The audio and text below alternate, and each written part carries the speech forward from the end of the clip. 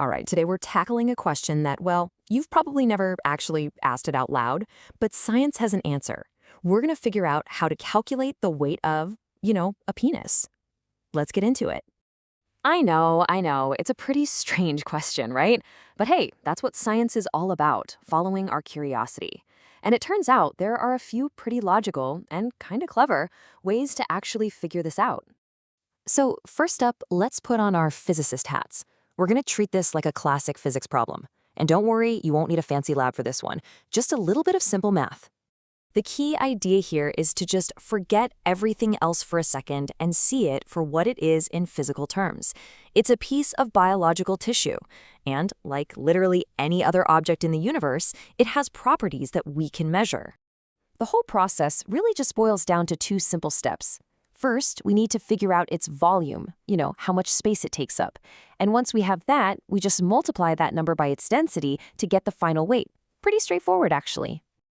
So, how do we find the volume? Well, to keep the math from getting too crazy, we're going to approximate its shape as a simple cylinder.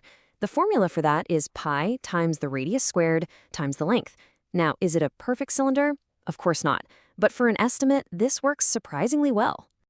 Okay, let's plug in some actual numbers to see how this shakes out. Let's say we have a length of 10 centimeters and a diameter of 3 centimeters, which gives us a radius of 1.5. You run that through our formula and you get a volume of about 70.7 cubic centimeters. Now for the final step.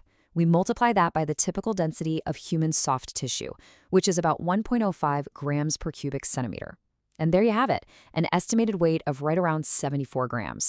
Okay, so what if formulas and calculators aren't your jam? Don't worry, this next method is much more hands-on. It actually goes all the way back to the ancient Greek scientist Archimedes and his famous eureka moment in the bathtub. This is the classic water displacement method. You just start with a measuring cup of water and write down the starting level. Then you gently submerge the object in its flaccid state and check out the new water level. And here's the really cool part. For water, 1 milliliter of displaced volume weighs almost exactly 1 gram.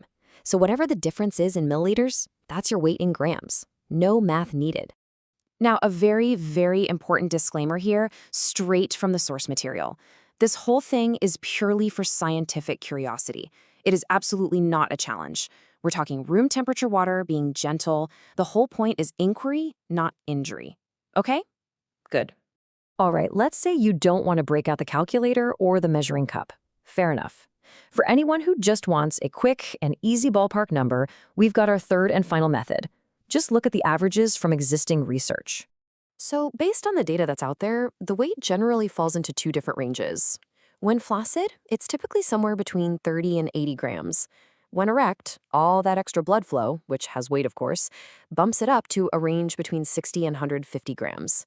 That variation just comes down to natural differences in size. So, we've spent all this time figuring out how to calculate this number, right? We've got our methods. But this leads us to the single most important part of this whole discussion. Now that we know how to find the number, we have to ask the bigger question. Why?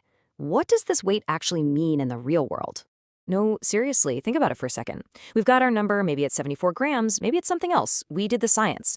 But so what? What is the actual functional, practical significance of that specific weight? The answer is zero. Absolutely none. And this is the real takeaway. While it's a fun little science puzzle to solve, the final number you get has no real-world functional or medical meaning whatsoever. It's basically just a piece of trivia. Let's just be crystal clear on what this number is not. It is not a measure of sexual ability. It is not an indicator of your health status. And it is definitely not some kind of masculinity index. That's a complete and total urban legend. It is simply a measurement of mass, and that is all. Ultimately, I think the source material puts it perfectly. After all the calculations, all the measurements, all the curiosity, at the end of the day, it's just a lump of soft tissue and blood. It's a fascinating bit of biology for sure, but its weight is probably one of the least significant things about it.